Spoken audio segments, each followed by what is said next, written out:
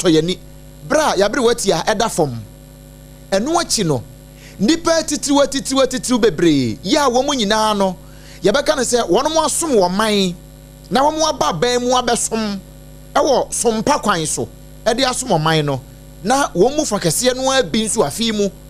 wo mu nyina owo bofo abefa wo de won kɔ ama ya were ho sempa ene anopa wie ya na akoye rumor na akoye atesem se kane ba pani ewo man Ghana mu ono a wasanso ye santini ba na waye Ghana ni de hye prekope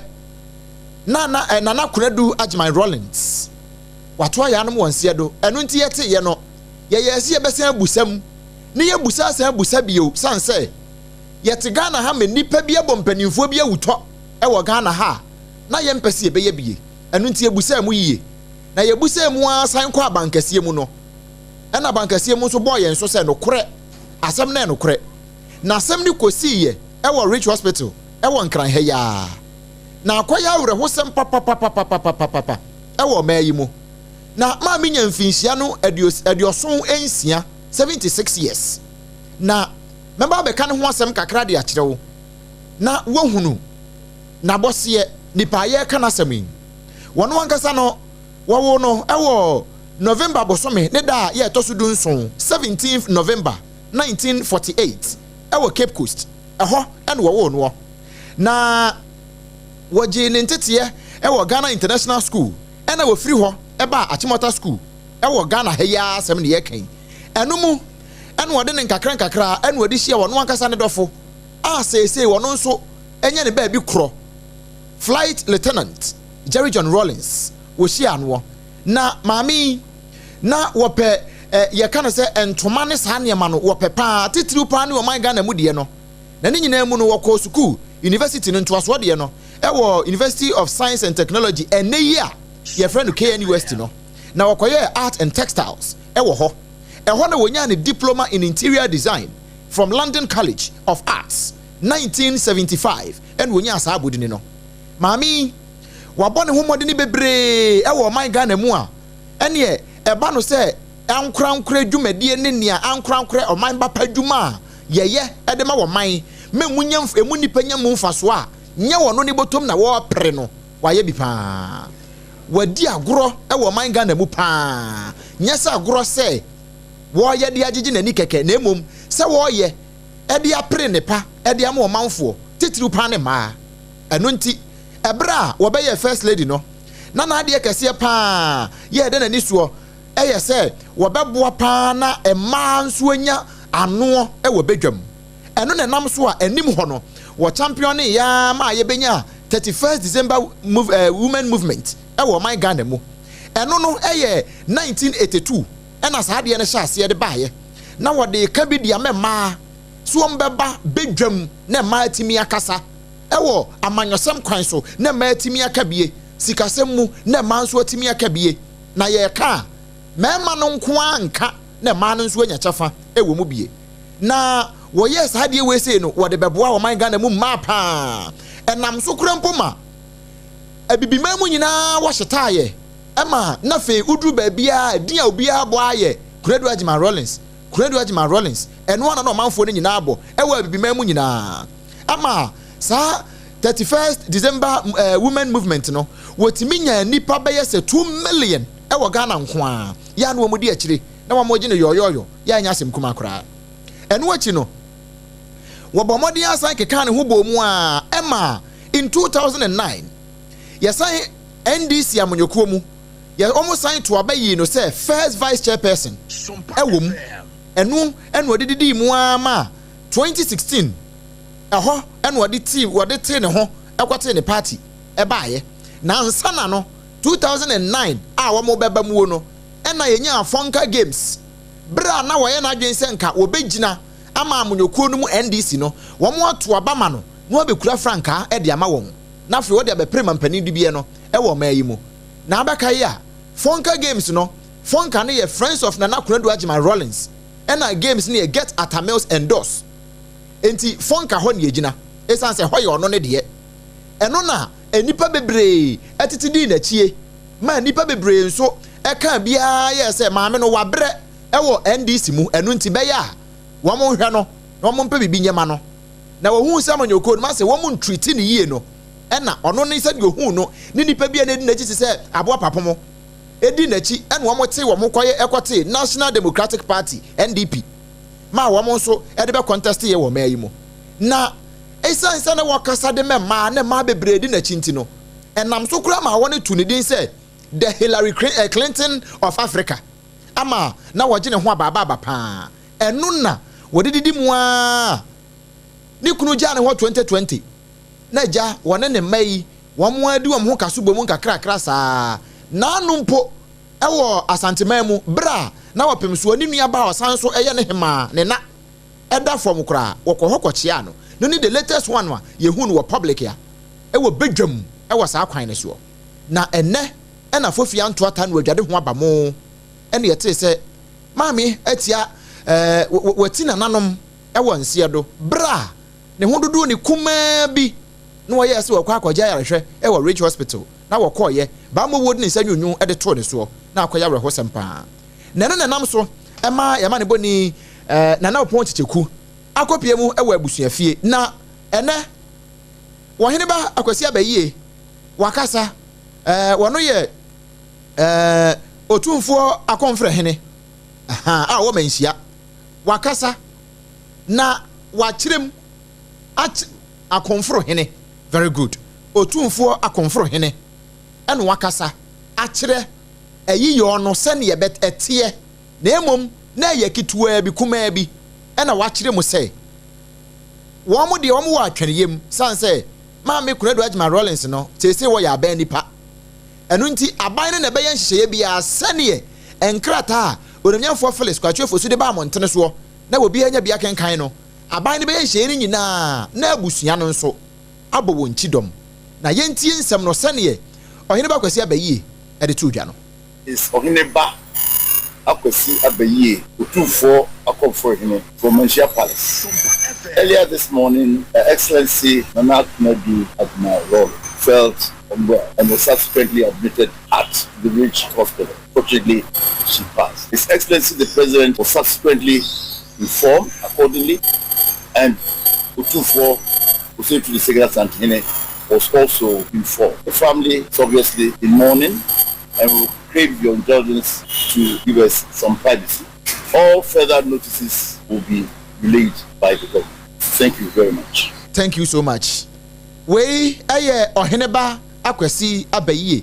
otumfo akonfro hene a wo manhia wono no ne nsantwerefo bo nkomo ene dadue ya bra na yegusu aye penkyiremu no ene yebo pini no e ma yekogi we de brewo te wanya ne ha anye ba bia na saa asem yehunti na ye nyina nso yenim se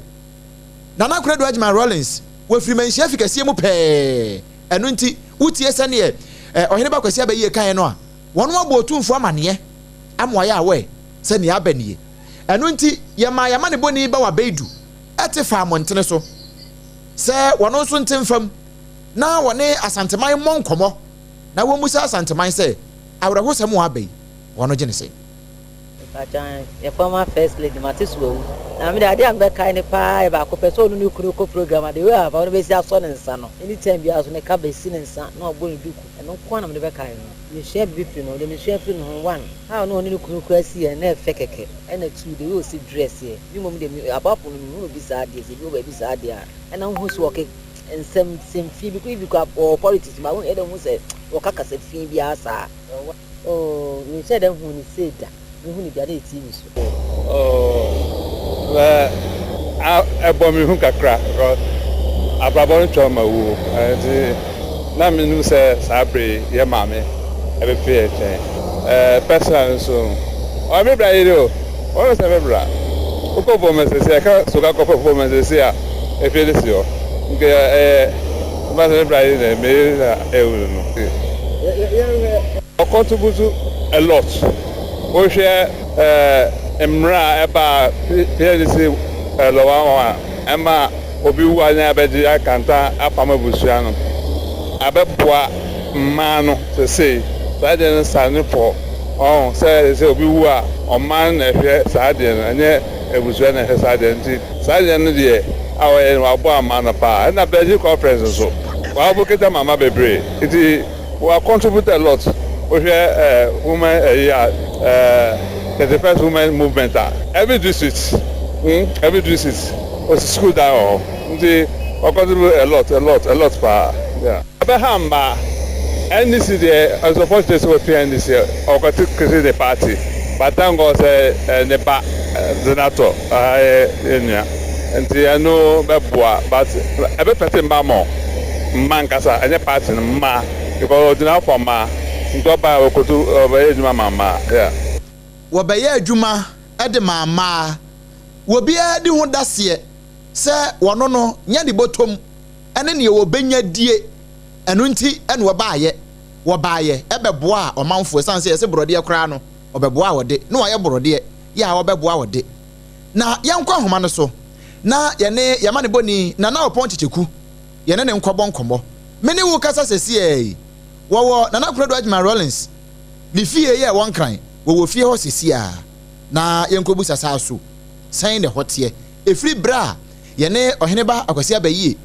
ayikwa motwetwe no ekọ na wiye no empo ansa na mpo no san na efie ho aye na maadwo Mejo so bema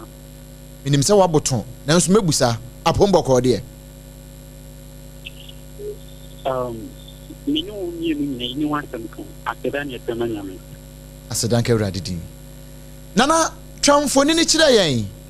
wukodru fie ho ne edi kan mpo no ansana ye bebo mamane se asem ne ye no kore no na fie ho tesen bema me dante no kwanta mi se ekiti anopa a bichiwi ebebo o man Ghana no na kwakoye ateten se ne wudi kan ekanye no na enamso ema ye mai onye ha ebipie mu ewo eye enkani mampini flight lieutenant John Rollins ni fi a ewo eye range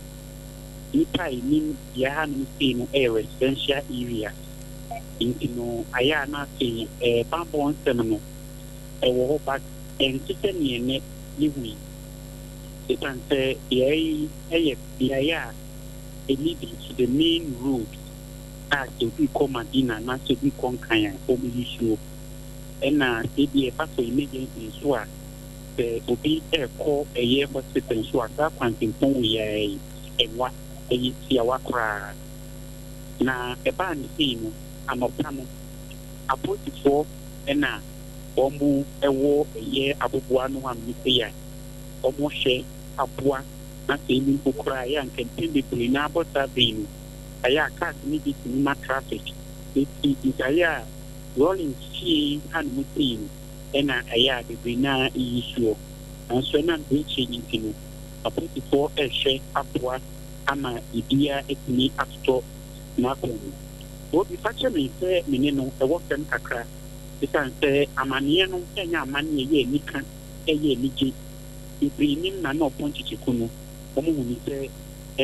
meneno kose ya na meneno ansana eye opini adeyi ebe friend control for money control for ba de kakano sidie mu wono mu nyina atenji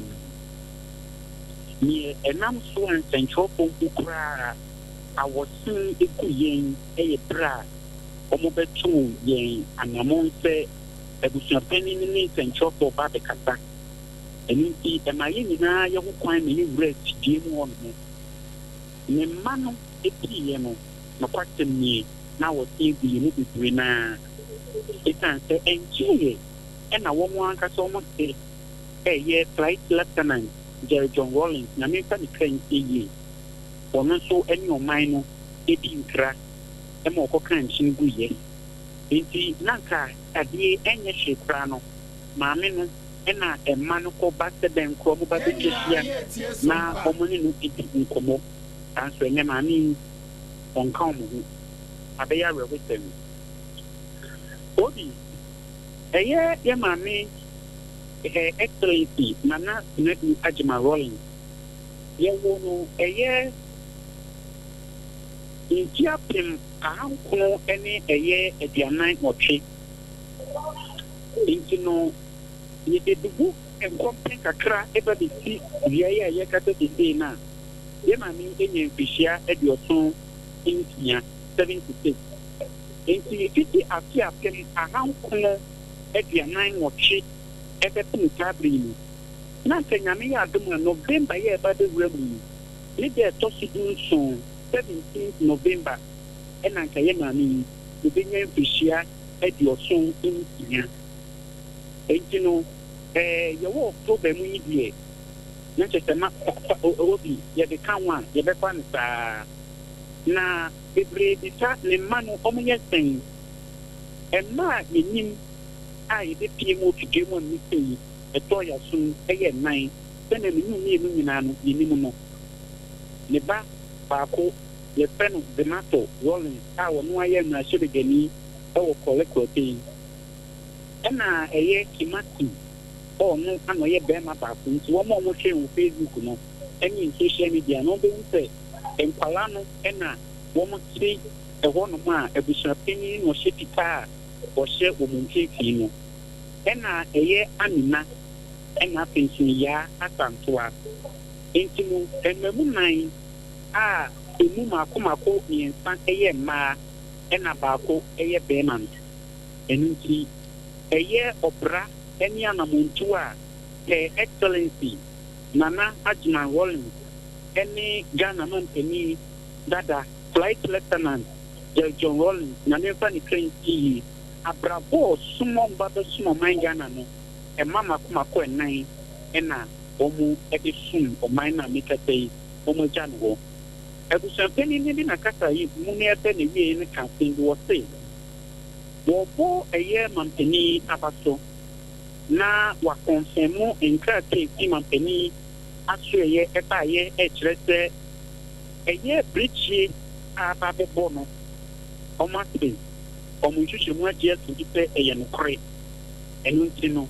ni enka te free presidency eba ye no ye mfa ne se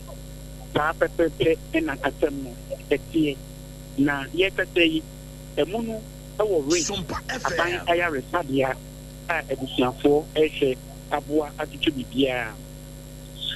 Some United Minister, Flight Lieutenant J.J. Rollins, if you game one meeting, where you will be a right, you may now bought something a woman to know. If you want to say, a trap for, and a war is any inside, and a put before. Ewo eye emonti pinmu so ewo isiho ni nyina mu no omasa so akan sento to ye nyina tie to fidie mu on man ni ka se ye wa boboa no anu mtinti ni ka se die ebusiapeni ababiu agye tumi se eye no kore ni a ya teno Ghana for ateno ni sompa ya so ye tie no ta pepepe anetie excellency Nana Ajman Rollins ene wakanchi egu Nana ansana meja wa ma wakono minim se ofa montene so kakra bra wo kono na odi kodru fie ho aboboa no ho na wahwese ne wamanfo ne bia ate bi o ho na wonyinie bi o ho na aboni pusa bi o ho nso a na wama na boto ama woye hwe a enye yie on the faces of Ghanaians kakra wuhu ye no twamfo de kire ye ne ene nankasa ewia nsedam ewombu na bibedi sase aden na ye o man no riche bia ka tietei ebe som yen a ewia mu patra enu ni di adanse eka efa yen national anthem se ye nananum edi mocha ana ka ji wo man no edi ho entino edi adanse se entensu aba be small man no a said we nyom nim bia keke ne mum omumoja nso ka ho ebi bridge keke ni pa e kaga ni bia en fa ho ni ne ya ufri se wo ya santinio se wo ya framantenio se wo ya anwranio ana se wo ya ntintin Mantenio, what the baby of Fibia, among your seven for Crampo Nanchain, the Kenyan Ghana for Diatri. It means to say, no correct. They can say Ghana, a dear Bakwa, one share, dear Lucy, she a better time, said the year we take a wood. And don't you know a minimum. And so, a problem here so much here some panel. I think a bit much here to say no correct. Near Yatri, I will social media. No. Seven, and yet at the 10 ticket. Limum, a someone, a young great. Ghana for SOMPA FM. Nana, ma minya wo na memfa nkomo nsi ha. Na ekamia ye senia ase yenum kura fie ha no sisi yeso sansa no pa no hwe ya ho fasuo mpo a ne ye de ba adwuma no pa no a na ekamia ye senia brisi no na ye ewuramu kura ne sa. Ene se we nso san de beto so no Ghana aboton na o ba no nso no ya na wahwe yie sanse anhwe yie a na obi nso ede sa de we hu koyi apaye na wode na de abaka ho mesra ya hwe ho yie na international reporter we ase nyina hia ho why that's so be no afuchi ya dasi abusia international reporter nana opon checheku ena wate ne nka no na enkomobo nyina no wode to mane yen efri maame kunadu ajima Rollins na nkasa ne private residence di fie ya na wone ne kane dofo a sese wanya ne ba bi kro akoka ne ho no na wone ne nyina wo e won kran ha ya e na okoto mane yen no anim ho nso yama ne boni ba wa beidu enso te fa santima mu ene asantima bo nkomo ebusa ase die ne wono nso kai e de fa maame kunadu ajima Rollins ho e mo so kan bi de fa ho eno ene abom saade amawo no bia na onso wo bia obeka de afa ne ho a eya adwan ne wo Facebook ne so eya SOMPA 106.5 FM Accra SOMPA 106.5 FM Accra ni awon so kai e de fa maame kunadu ajima Rollins ho bia no o de to mane wo ho a say YouTube no SOMPA FM live e na TikTok no SOMPA 106.5 FM Accra e ho nyina wo de fa ho a ye bagini akenkan ne kama ye de amawo nanso hya ne nsoma me se ya tenase ya bitum ebi nso aye koi mesrawo eye Leicester Company Limited na dawroma eno aso yasene ema yetimi abensem no kama e de amawo ya toothpaste ene ne brush no e ho asem na make kire wo yi se wunya nya bi ntoya pomoden nakọ stores ahodo bi a wonim supermarket bi a wonim na kwaje wodi esesi a eno betimi amwonu mu ate se fine na ma won kapapa na wo se achi nam no nso no etimi aboa na ma na ye de ne kama na bibia atumi aye fine eno sa na okasa ewa akukudromuli na bibia atumi akoye boko ye numbers na betimi afre no eye 0501 619 588 0501 619 588 ena 0501 390 338 na one yen abo enkomo ni nyina ne tintin ni tietie nyina ne se wode ani bekire mu ewo medimafo eba center na so ye enwedwe ya de na wo so uchepe usisi ukotodwe na ebubu wo diabetes wo so prostate wo ha no wa hwe wo ntimi hunu ne ka hypertension wo so ana kidney failure yade bi sese kura de waje plastic child ne na yagu so ena wogu akentanwam mepa chaw fo ne kire mu ewo medimafo eba center na yentu ase mfama awo ma ewo awade mu ye ebo musudwetire medimafo eba center eho na eso do ani kire na ya mamo boso mepe na awo no yatimi ama bi na bibia etumi aye fine tie ni ye mame ye won kran ha ya pokwa se mayira ena kuma senso ebu akwa agogo ye ne aban suku no ho no ene di animhwe ye numbers no ye 0244 774 282 0244 774 282 ena 0500 727215 0500 727215 na one yen abo enkomo na eya na meta abusa obaba no a wanya 9 years edikosi 14 years no ena no a Ghana Health Service adawroma wamo ye campaign se yamo wamo nkowo papilloma mpane no o ma ne kowo bia na ana sa abira no oni a onya available oh okay campaign no de ya wie na nso mpane no de ya nwie ma oba ne nko chip compound health center hospital bi e benwo okwa wo se obewo papilloma mpane ni bi eye free ye nyehwe Ghana Health Service and the partners afa ho kan nyina ene wo mo se ensan so nsi sudua emfama wo na ma aba no wonko no wonko wo bi sisi a na emwa why na se unya enkae ya na me di kan kae wo se ema no aduane no wo mo ye ne fie no se be ye da agye se wo mo de onga mama's helping hand e de ka ho eno na e ma aduane na ye de na e boa wo mo nso e wo jaade ho eno ti ne friend se mama's helping hand correct one pa aduane a wo ye he mpani si esu kra ija hem me pa cho nam no a wo chie no ne a wo steam wo no stew no a wo ye no nkwan no abochi chinchinga na a wo ye no mesrawo fa onga fa ho wai ojolof no eya fa onga na fa ye e na fa sese kura no banku ni tilapia fo no en ha ho nkotwitwa je ni nkoyam je ni me nkowani e ma wunsu ye wo onga 3 mix e wo ho eno no kakadro wom garlic wom e na je ni wom fa hye na ni asepe na no ano no promasido Ghana wo mo na de aba ya wo mo no wo mo ate agumu e wo edwam ba bia na bibia e ye fine e de amayen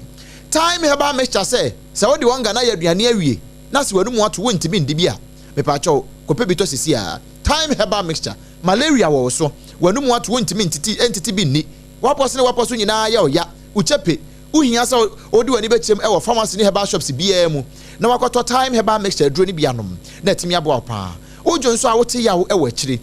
wankasa mu no ba won se wahemfie ho nkoyi da bia no wasiesie ho hyepe na nso wahemfie ho no nkomi agye ho aboso bema wonsu ko sinani mu a wontimi nhye mema ni monyam mesrewo ubanonom time HH mixture ene ne capsules no ene ne beboa eya amonka mom eya drontafo time HH mixture ene ne capsules ebeboa pa KNG heba ya odi nroi ba ye no wo se upedodo na watu atonwa numbers ne 0244 417669 0244 417669 na oni yen abonkomo enwuma kuama bobom din nyina yi no nyame ya adom a wo kyena na awotwe ye ne wo mu nyina to kase ne abepie mu e wo Kanashi Jakesi mu ho Kanashi Market Complex ye be hyase anopa na onum e de akwakosi anwumre no nson ansa ne atutu ye mfidie ye betutu mfidie ne kura ba wie no ne ye sa ne mo atena ho abonkomo kakra fine ansa ne yaba e ye sompa obi bus ye bus no a e ye munu se shem nanso yentia accelerator so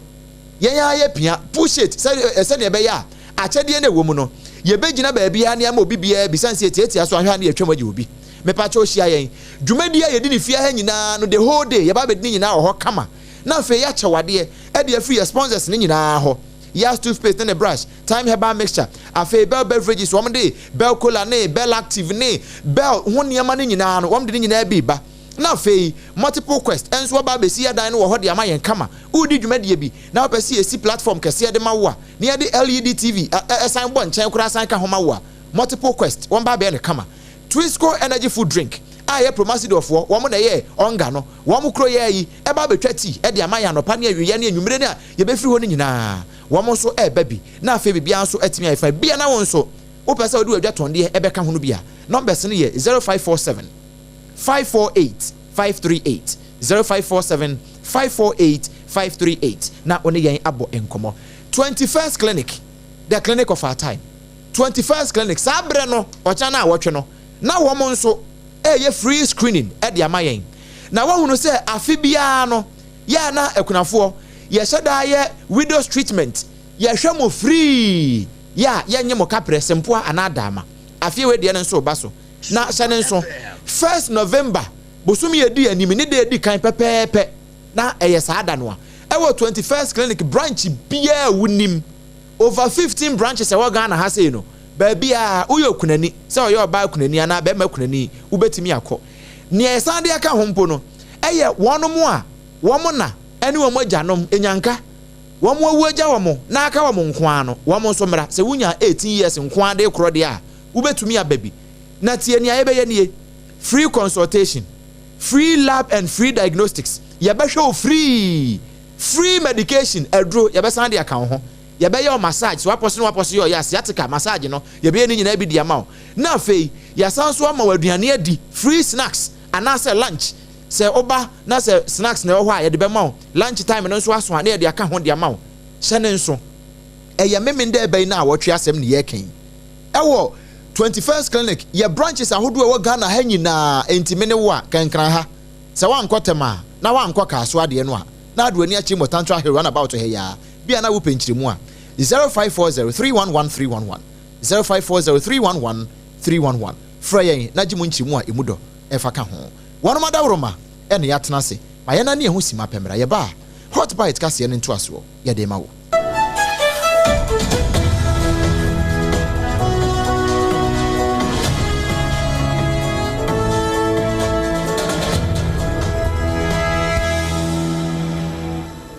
So you go swada general hosem ne mo emukasebo ana yeto asoi na ansa na awiane mu okrara hosem yi ababada dwama Ghana babia yabo nyenye no na dwumade sonkon adagana mampanye rajontromani mahama nanim ye wose okokodie ne nyina no agina ajaje fo makomako aduasa enso ye wose waje wan mutumu no nyina da ko high court ekoye bi ADWOA matentene ne ayatuma enam sunti enumere wahwe ama wo nyina da so afene mu ya won mo soya wo mo so de pepepe yo no KODIE kroye ba koye ekoye adwuma na won mo hwe se wo man ne high court ya ye wo e won kramantamu no wo mo de ani die besom yie afi won be kura mu din na won mo hwe ama hye nyina da atumi akoye na ebro Ghana mampanye ye ratontomani mahama na wo hwe ama ajaje fo makomako aduasa nso won mo soyi moma yentie nsoye ne bi During the name of the Almighty God, swear that I'll bear true faith and allegiance to the Republic of Ghana as by law established, that I will uphold the sovereignty and integrity of Ghana, and that I will preserve, protect, and defend the Constitution of the Republic of Ghana. So help me God. Thank you. I was your way a judge for my Kumako Aduasa and Sua. One month or so, I saw the actual Ghana Mampany, so one baby Diaboa, I wore High Court, and no. Now, and what you know, and a Ghana Mampany Babacasa, I trust no Carnier, Waboto Papa, Panana Jumediano, Nanya Sanka, one Masha Shadada, and Kotu Sheda, Nina no, I say Ghana First Lady, ya, and they one yana baby cocker, former First Lady, Mamma could not do Ajma Rollins, and they Abaka. A minute in a kakra ama wani ajaje for ye shiape and ankra efrabusia and champion ja. Now one which remusa mamma taya one sorry. No wonder do no woman do reja or sabiano. Nasa watin an animal ewo and seatonam swinty. Womofa as a minute in a bakunsi ho. Naba bia nyadi na yanfankai mamano enosumun simni. Lords, justices, senior government officials, and family and friends present. This afternoon I received a delegation of the children of our late mother Nana Konadu Rawlings to inform me about her untimely and unfortunate passing. I'll ask that we rise and pay a moment's silence to her memory. May the Almighty God grant her peaceful rest in his bosom. Thank you. Amen. Natural sa nyanko pa won fa ne kra ensie yie emfa emaye amen na ne krokra mu okra no Ghana mampanye ade bewie se enei wobo judiciary no one ma baso yie papa se one ma yade ama enei ema so so atumi anya kwanya se ye kwata hodo no wo mo bedi djuma wo. I want to commend the judiciary. When it comes to affirmative action and gender, you're doing far better than the executive. A short while we saw in appeal court judges, and a good number, I think almost the majority were women. And again, I see that women are very well represented on this batch of high court judges. Congratulations. And I ask the executive people sitting here to emulate your example. At the presidency to perform one of the most solemn and sacred duties of our democracy, the swearing in of new justices of the High Court of Ghana. On each such occasion, it represents more than an appointment. It is a renewal of our nation's faith in the enduring principle that justice is the firmest pillar of our democracy, and that Ghana shall always be governed by law and never by the whims of capricious power. The oath you have taken is not a mere constitutional ritual. It is, in the words of the late Chief Justice Philip Archer, and I quote, a covenant between the judge and the people. I was your way a Ghana mampany, ye rajon dramani mahama jumedia sonko and nana than anymore and OKODIE. Abusia yasafa unremo ewo arahusam kasia sabre o my Ghana yena yeni eda koto mojamui ne nyina efa na nakunedu Agyeima Rollins na arahusemi mu no empanimfo pina na ekasa emabusua dakena emrahye bedwani ya wosomade hia wonom ewo Cape Coast South abato mpesua so upiemo ewo emrahye bedwamu a woye Deputy Majority Leader Onyenyafo George Kwaku Ricket Hagan wono so akasa wa kire busunya se Nyankopon ya adumu a edom dodo no wanum nyina bepebre na wonom abafie no ma baba busunya ya kwam wo dakena na ose wo kasa kakra afa maame kunadu Agyeima Rollins ho a wase maami sebio na oyobi a eba no se yenno nipa yentritini nipa sebi maami na oyade pa wase NDC amanyuko no wanu masra de kase pa wanu enedi kan epevi we de mama ewo amanyosemu ema so hu se ye wo mu ye entini ye hyase emfa ye hu nwura mu wase uhwemu a maami kuo bi a wote ya eye 31st December Women's Movement no ya ohye ma na one wanum edi nkomo se ubetumi abo ho so oba entena ho fansa nche odemiri fam no sa yekuo na wote ye no abo ama pa Onyenyafo George Kwaku Ricket Hagan wase Nyankopon eya adomu a ebusua enhwe wanim edom dodo no wanum nyina ebeba na wanom ene womo ababa bedi nkomo wohwemu a mami eye first lady emfinhia no polepole edu enkono for afi apima hankono edio watwe emienu ekosi afimpi mienu ene baako 1982 ekosi 2001 enti mami yo obia wasomo man ya cheyie ena weni hobiemu oman ene abusua afi endi samanyuko no wan mashra de kese. Yeah, I mean, we've all known Mrs. Agyeima Rollins for, not personally, but we have known her through her public life, obviously with her husband, Jerry Rollins, for quite some time. You know, she's been in the public space pretty much all her adult life. And through that, we have known her. She's a very strong woman, very world woman. She is not a woman who stays behind. She herself has been in frontline politics, you know, obviously with her husband in the 31st December movement, and in her own right as heading a political party, haven't gone for elections and all that. We know her passion for the country. She was a formidable lady. It is not surprising that she's done all the things that she's done, including mobilizing. When they talk about all these affirmative actions we are talking about, you know, she's one of the sources where we talk about mobilization of women, you know, to stand up on their own rights and do things for themselves.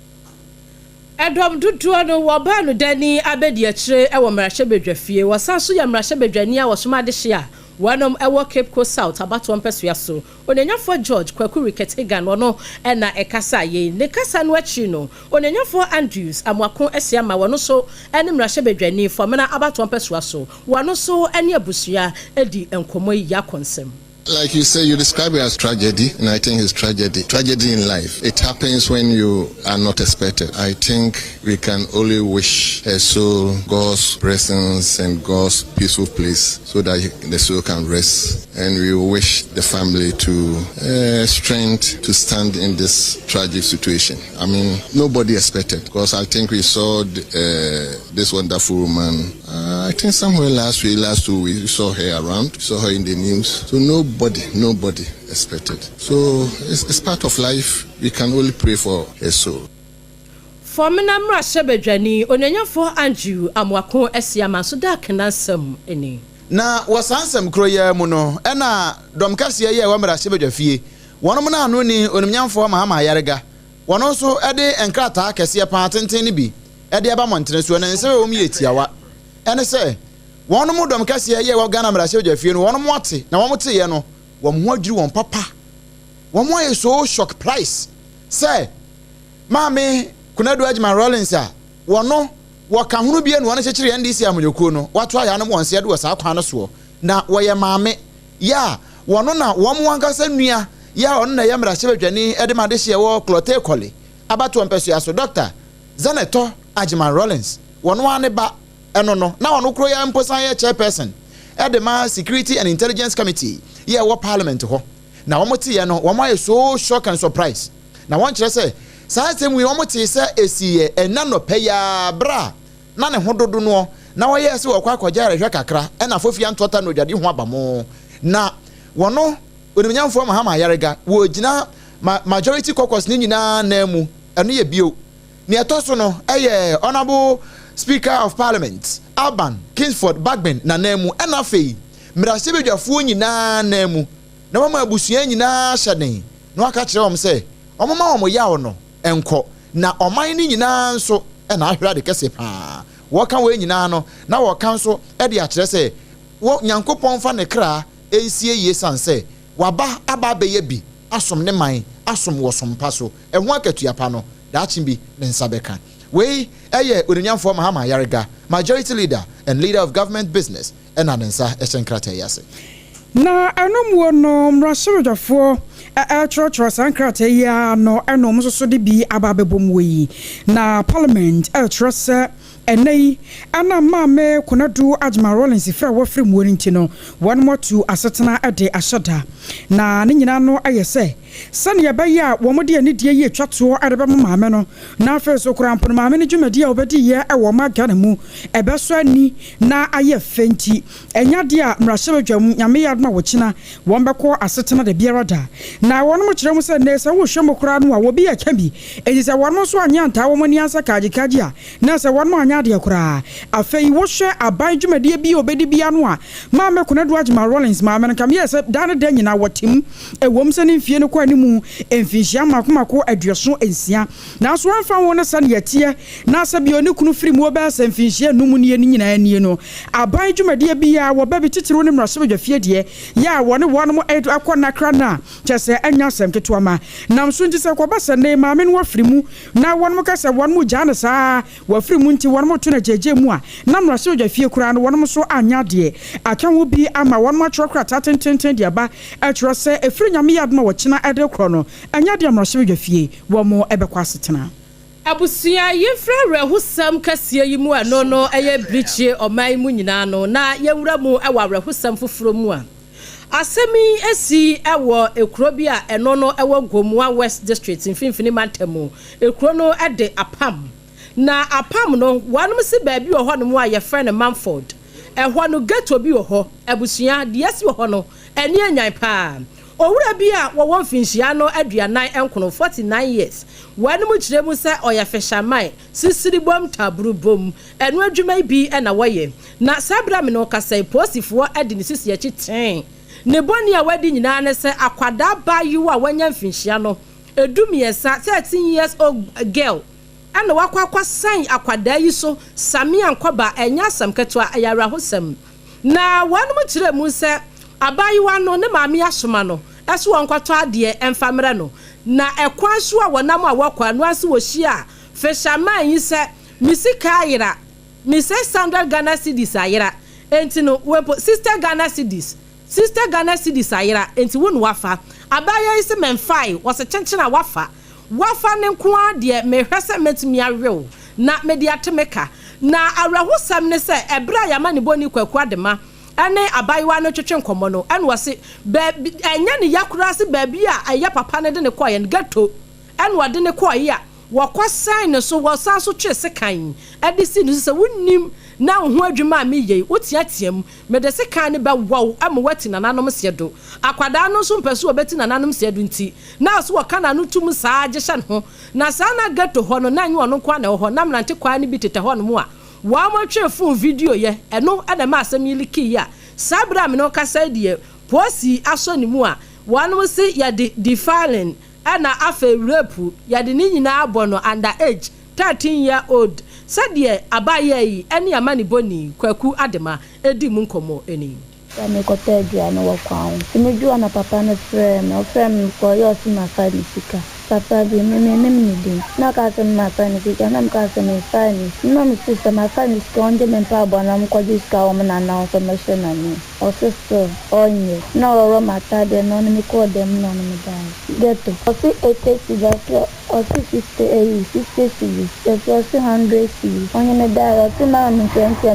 mo de se ka ba wo me no kuta nice say ba ku bia e 200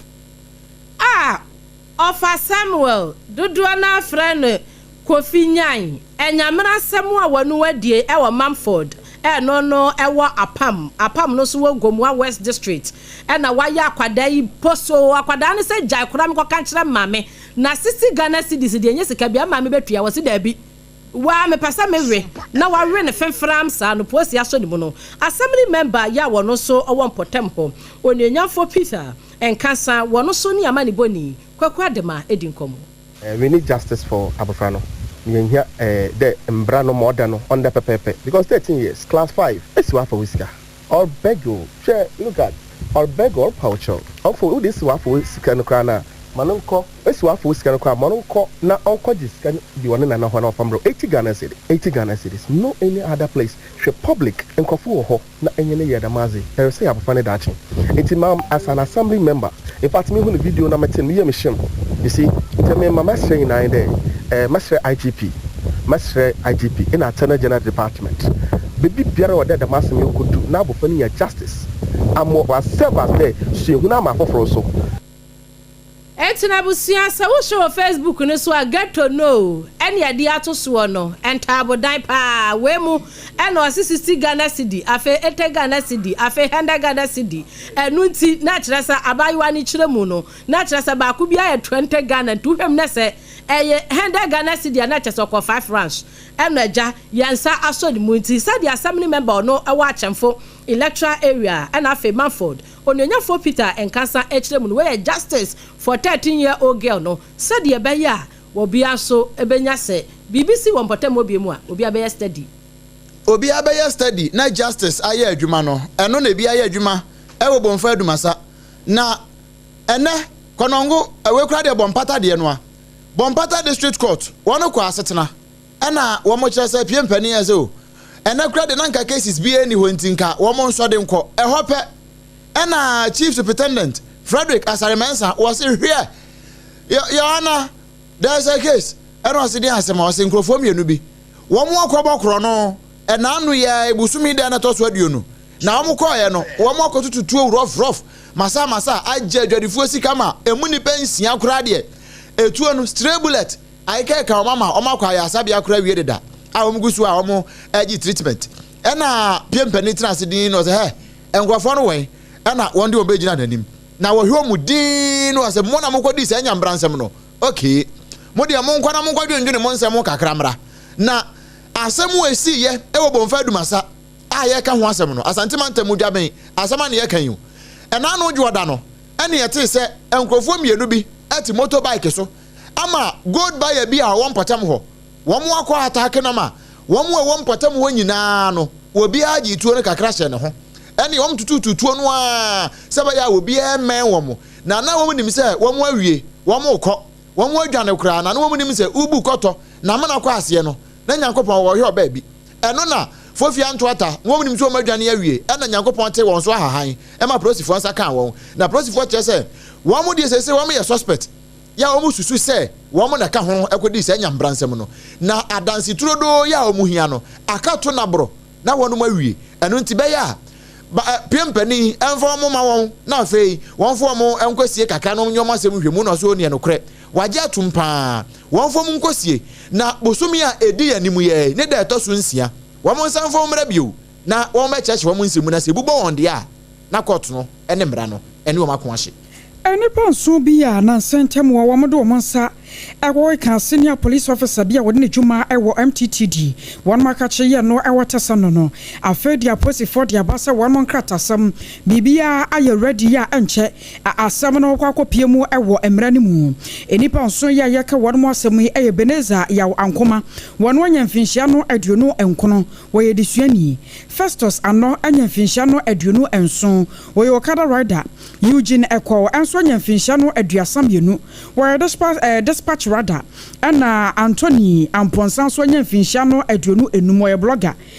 Maskin Mohammed anya mfinhia no aduonu nwɔtwe wano so ye dispatch rider saa ana Ishau Mumuni wano anya mfinhia no aduonu enum wano ye Okada rider na de otwato okura enso ne dini Joseph Banisa wano anya mfinhia no aduasa baako wano so ye dispatch rider na court no kire mu a anasa posifo nkrata wo mde ba ye no emu nsam kakra anie Tesano police case RO number 299/2025 ana ebo mu nkiremu yi wo mo so October aboso ndana to so nwotwe e wa afimu a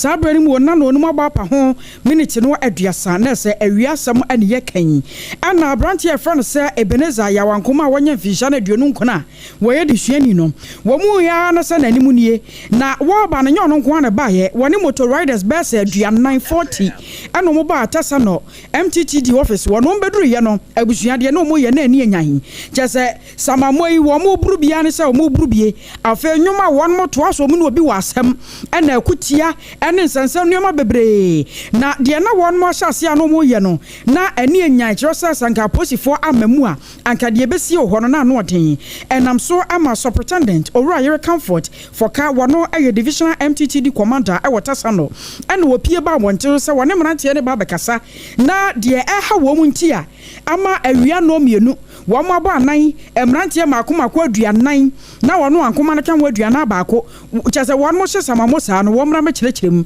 na ebra owura yere comfort for ka pie ya penom se somu na de be wo ene ensuo hwe akasa hwe nkasa pete me so wo ma bro ne papa na wo mo de wo sakeka ne wie ye mu atemdede ne ade ekɔ so de abusua eno ye nkuma mu eno apɛ ana aposifo ya na won mo sabra ne ya adwene se wose won mo kyiri bi enti won mo bo modin amani pa aduanan no wo kyiri mu enso ya na abranche friends Ebeneza ya wankoma ya wono ye leader na odie ne mu wo ka ho bi ema won mo ye enso ye ka sai wodo mo kwakwo gina mara no tesa no divisional CID won mo na asem no kwakwo gina ya ene won ma hyase tworokyoro ho nkrata nyankropon ya adoma court ebesomu na won mo eba mane se na nipa asem no kita no ya wo hwe ade mu kwan aye detective sergeant Mishak Nkroma wano atro se wano mo de asem no ahyeda sanse nei wano mo hwe no mu kwan se court no so obema wano mo bill anase e be remand nipa makomako anhwen na nhwemu mapa ahyase no won betumi aye ne saa na wafasa akonya no so ade kokobo amagana fo nyina se enei se sebio wani nhwade a na anya posifo akache ena wano na aba akogina no akobo samamo wie kire na se posi panyini ba so oba ba ka obeto ahe ne so na ne nako wuni a obedi sa adwuma ne biemu no emra ne so mu a ene obedi emra mu eso mu nko ade a na kire se ene obedi na emra ne bi so asonkofo bi pechi ni nyina ene se wanom akwakotu nua ya emra no ema wanom ho kwan na bia ya wanom kotu ne so de se kutu na national security penifo ene kasai opani a wono oda sa adwumako no ano ayowura Richard Chapa na wase wa menebo anomuso aguso ni nyina efa se yenye si defense mfa mo adehye asabio wanom tete beben epono yafa mo wan ho ban na se epono wuro fa so a ama matwi amfa adehye so ama oyone ama mayi na wanom kiremu se opiemu ewo gomu afeta wanom akoye si defense ni ebia adehye a wanom ho no eboa wompa na sebio wamu se wamu nkoba no ma dibawade wamu de wamu ni ntua de nipa de atua empanimfo aboka akwaya sasi defense yi de ama adehye na wamu asoma adwe wamu no amanfo asode a no wamu so atentan pikase ne efidi a yedutu fomu anwen no wamu akotu na wamu kiremu sei wohwemu asi defense ne kora no eye 4 feet nanso sedie wamu illegal sign winners no wanu makotu tunua na masesei adehye no enso no gujemu no na sa ensem nyina abeda montene a ewa abra eager eyesight fo wanom edisa enfunani no ebeto ntentan fidie no eso na opani kwankyerefo a wada sa eager eyesight eye owura Patrick Indego and watch them say wanu kra no agye ne nsam na esisai ana se ukwakotu anua ewo epo ano a bia ya si defense enumu ana mukwakotutuo ase no said ye wachire nsam enam so ema owura Richard Japa ase wanu maso wo mu pachie no wo mu be prosecute wo mu na wanu wi a yasa punish wo mu no yentie said owura Patrick Indego eche ni nsam. I've stand to fight against any criminal or anase obi a oye boni etia o man Ghana oye boni etia ni nua opekata asehye ni proye entie yasem entie na yemanije eyema hoho a all the evidence that the investigation may need no I will provide it midini nyina beba ade biara ehye bim baabi a wo mu nimbia no meboa mi ayeden ye yini nyina apie His Excellency John Dramani Ma National Security Special Operation Officer wa head yes romo after we doing everything regional minister ade here say JC defense must to restore back very soon. very very soon anu de ahianya sadia epuni yiri ye betwia faade hye no so na cheso ye ne na ba opani okasa ye Owura Patrick Ndego executive director Edema Eagle Eyesight na wonne sompa kase twetwe komoyi ne kwakra mu no wosuani a wono ohye mfimfini mantam no ano ononyafo aduamoa ochre oduamoa ekọ ochre pani wono so oni amani boni erekanan twetwe komo ekyeremu ekwanya wono fa so a wamu hu yese wamu ni tumikrata wamu sansu di DC defense na ase no sedie ononyafo ekyere ne nsemo eni afutu bia enyi a osin nsonhwe odense se mi beje redu makache ode itu ahwe amekere wa na memegina mpo ankoyi se motuma che ode mekere ntempe ya nti obi wundo wa che obi modem mo wode ne kwatu mfidu a ono ya afutuma enti imagine na nkade ye bo kokko bobia anyim amede na mi de garam se na oyeye ohaw mi de wotu ahwe wa ha ba nde medimenye bun wa heyi o chede ye wo haw kasi wa ha ono nti ibonwe ya nkoto obi fu wo ho se bebo ya yimpa wa ya da ba mfienum wontunofo no momza wotum ma okwa metum du ye no ona de ba yobi na hunde obi akodem a minje nti da wo baba ha na ba yedwuma otedem ya anko be bia wo yedem adin na wo no opani a wakasa yeyi kasamafo edema mfimfini mantam eswani ononyamfo ekwo chipeni na sade ne si anamo wanum kohwe ye gomu afete wamu si defense sade illegal sanweness wamu adidimu na ya kire wadom a ye be prosecute wamu enye dede kwa we na wanum aka na evidence nyina wo hunde ye be hwe na ye ne de akire amani boy Eric ananya wotu nkrafi mfimfini mantam so nya bra ne bra no ene de bai afi yanto ansam na sonko piemu ewo asante mantamu na asante mantamu ye kwa akogina mu a na ye kwa akogina mu ewo akom axle load no station ho no a eho na ye gina yi na adwumayefo ho wono e protest yi wo mo kire se maame Elizabeth Ajakwa wono wo mde ne ba ho nya ne nanso adwuma pa de adwuma wonye bio ena wone wono mu a ede niema kese pa loadu niema bebre ede kotwa mu loadu no enchen ho no bakono ma park wo Johnson so na wa mo twen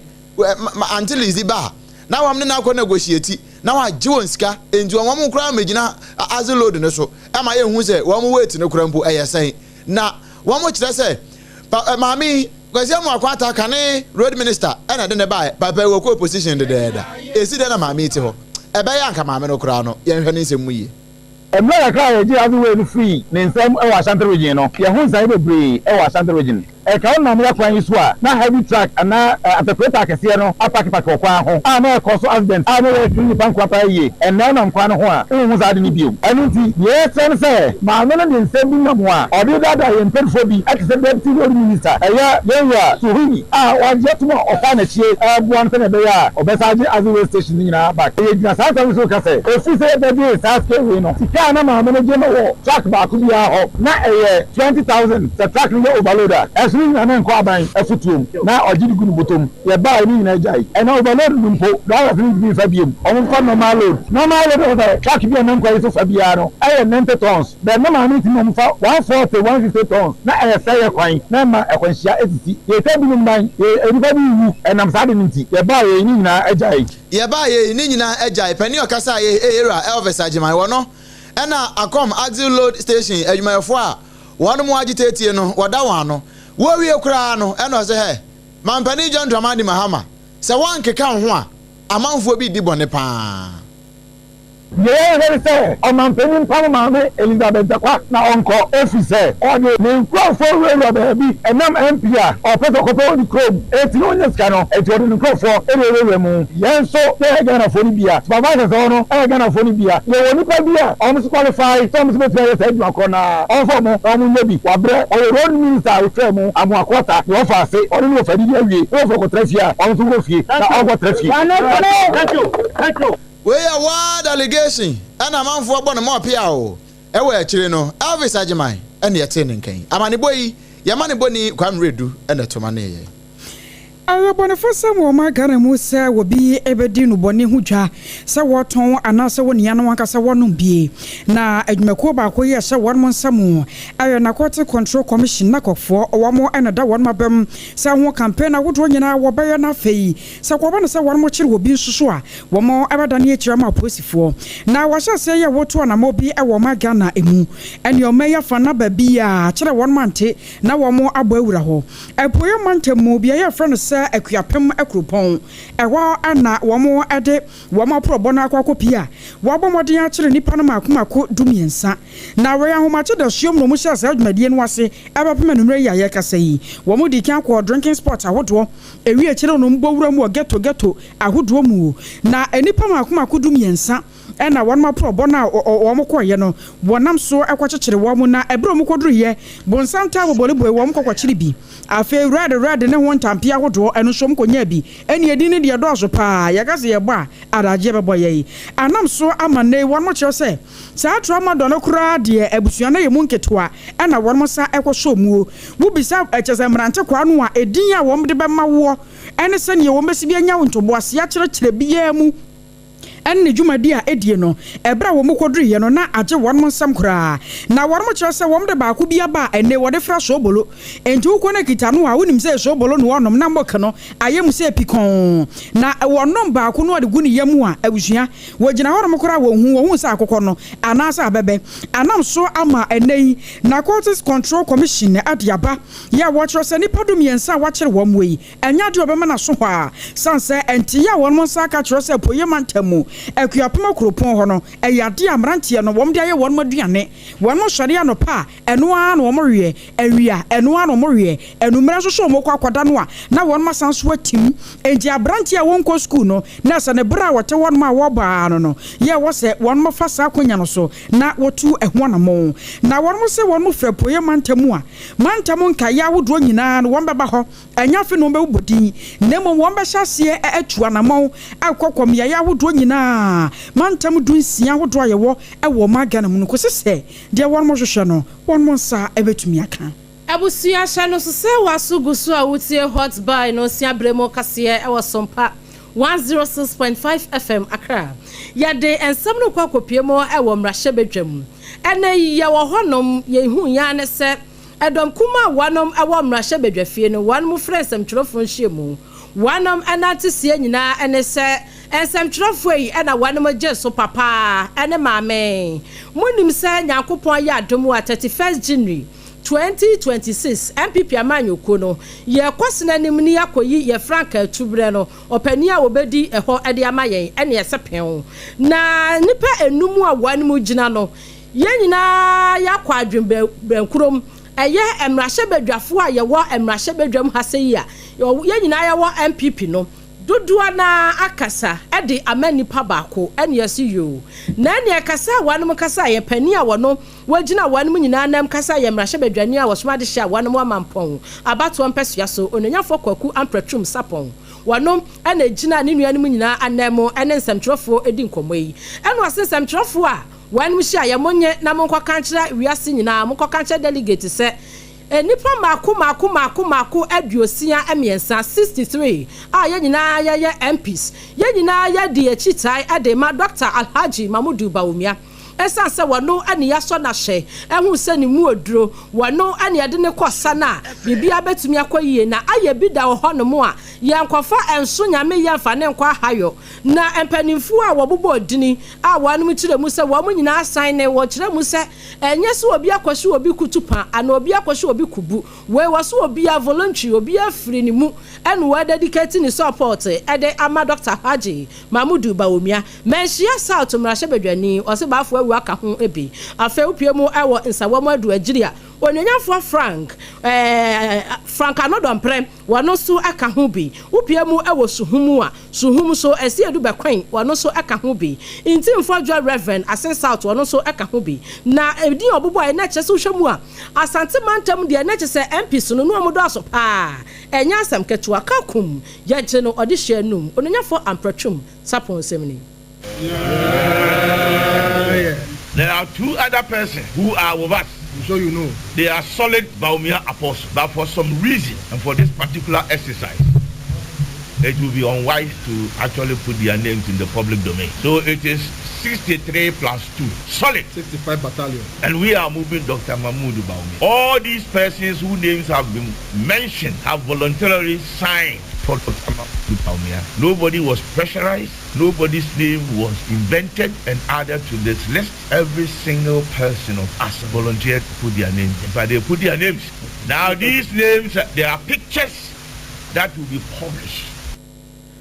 Openia wano odi ni nuamu enim ewo mrahye bedwafi eneyi one mo frɛ ensemtrofo nhyiemu ka sɛ wo ma dikra wo na mo support data Dr. Alhaji Mahmoud Baumi sanse wono no mo hwemu a dombo afa wo na mo hwemu a wa mo tradition ni nyina no obetumi akura mu brane na unity no enkabom etumi akoyie ewo ekonim nti na wono mo nyina emwai na ononyamfo ampratwum sapon wono so ene du wono mo anim a wo mo ka sɛ wase mienu bi kura de wa mo wo mo din sɛ sa mienu ne ka ho a 65 against 20 something net is a critical critical no na dom kuma no wo mo na no ni wogina simpie ni apaso ya wo kasa ena wo kire sɛ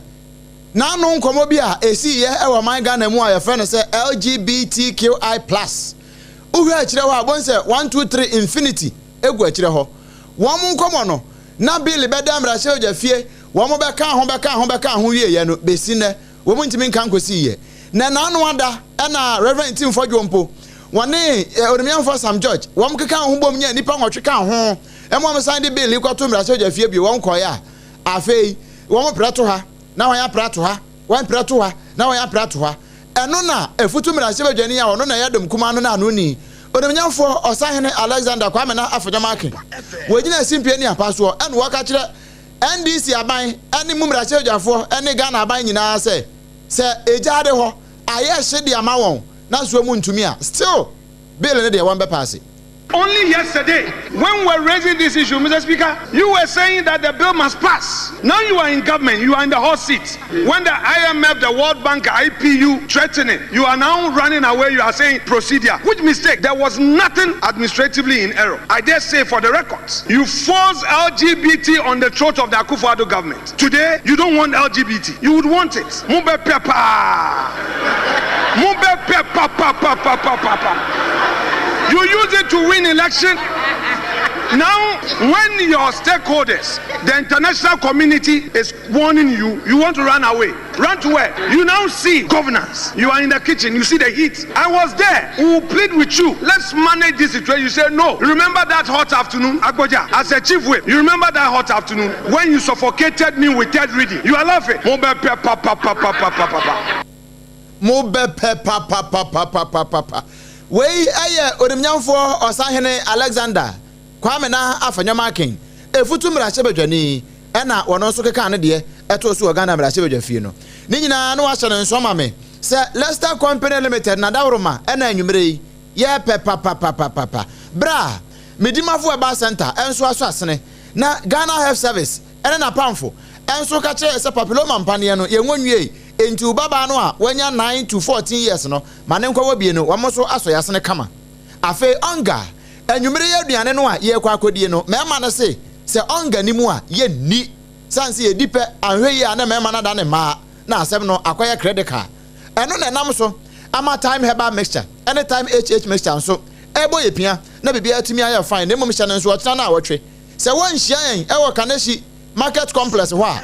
ene na wo mpa chede na wo a pese odi dwakra san boka eye ahia ye sompa obi bus na so hya ne so se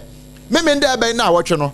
eno na 21st clinic wo mo ye free widows treatment e de ama na nya akunafo nko a anyanka nso ka ho ye bahwa mo from head to toe untu akapre ye besan kra san mo aduane e de aka ho e wo 21st clinic branch bia wono madawroma eno ma so yasene na mayena ne ye ho sima pemra ye ba ensem no egu ha se epu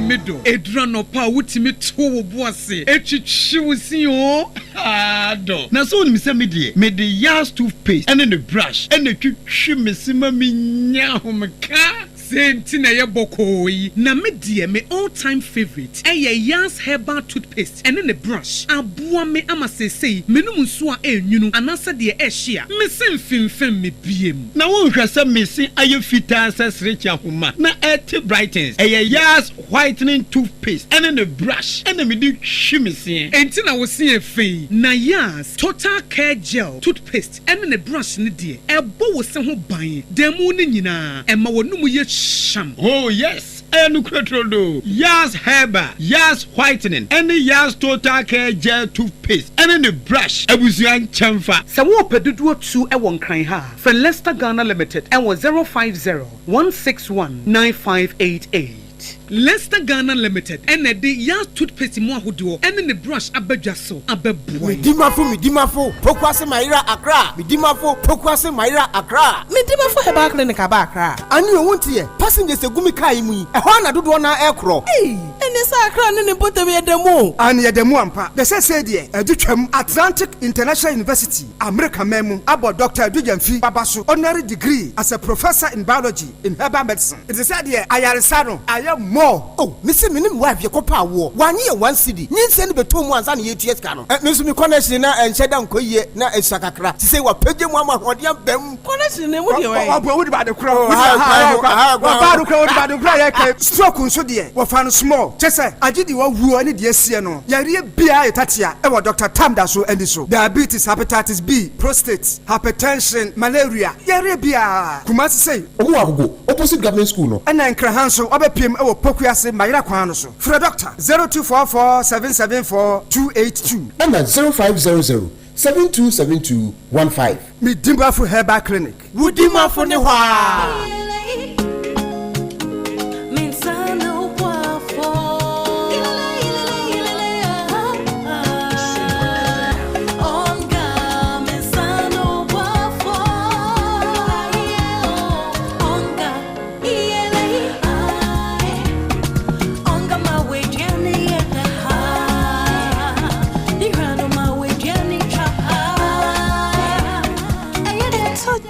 Obiari hia emwashron kubia epemani ni opepa aye de change onga mama sano boafo FDA AGYEIWA yinkrato yaso sano boafo.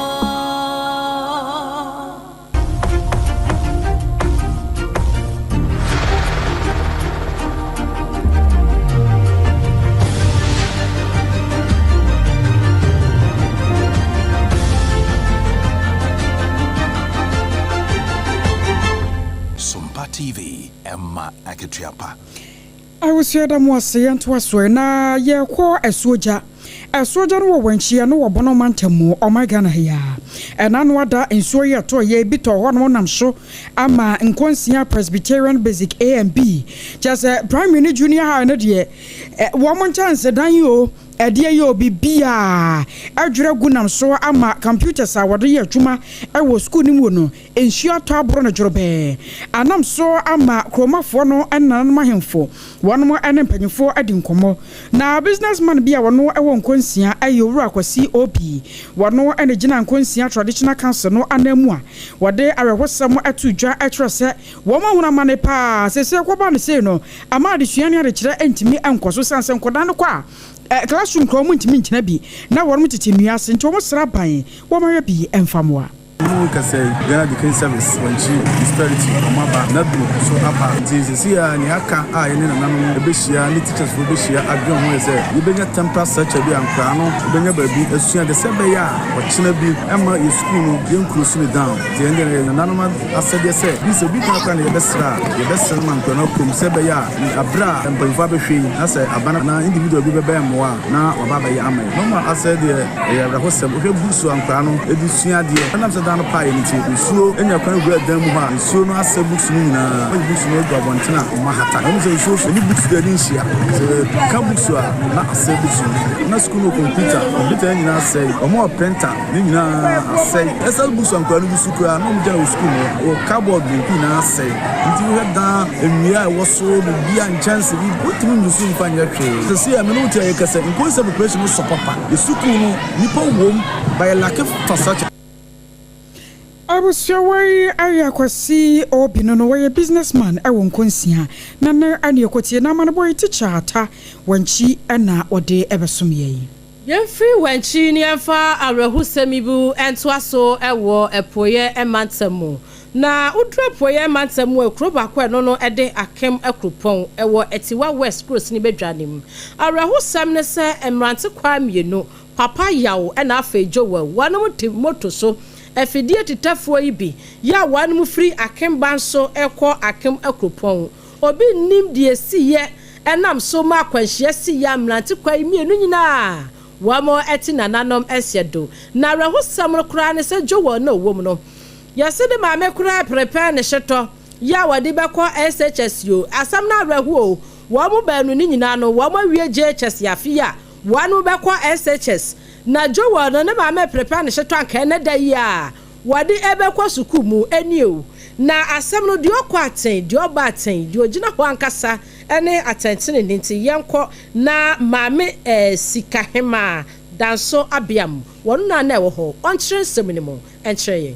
Jowo ene papaya eyelanse awo simbanso na jowo no ma no suhan senka onkonko tu danse presso embra no me se si na numero no munandi na enam se emlanti ene ehurusem akasa no ma no se banso de elaiben bigina ana dan papaya fo no se embra no nkoja no mko tediane ewo atim ekurofon ti yana kwaso awo kona na wokosi aka ene se edinya sa apensie papaya ewu amunmu ba na jowo de no ko ye atim nesi na so ayare sabi ha mu ye adokita fele le so ye mentini na mama ne so ene ko fe di aye dina hospital so fe am to ata ala papaya eso efiri mu ewo hospital heno na duwo no ma na ne so tanke ne dey ne yawo ka okosuku mu na ye jeje abo baba ko so mu suku kura aba anka na duwo no ekosuku ne ene sa kwansie ekokobaye ni ma no guso wa ye so tadi amana ne se ne ma no pesa akwansie da ayo na asession papa ana kwasem je na ma me die kana ye se fani trimo anesa me die chire na de besi bia na fa kama ye ne wetie for de bia da mo sika hima da so abiam de besi bia no na de asom ye nti joel sabre de ne hyeto no aka frigim eyare hosem a esi ye ewo akem ekropon ewo tiwa west cross ni bedwanim ewo poye mantamu afi yemfa nsem ne nkopie mu ewo amanone na ye kọ kodivu ahya nyame ya adom a ekinechi na wonom abato no one day hyehye so na mene wo kasa kura no nipa dodo no ano asase edwane edi free Cote d'Ivoire sanse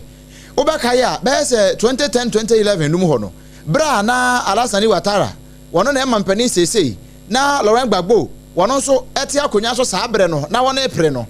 na akwaya mentime ho asema nam so ma nipa ehwere wo nkwa ewo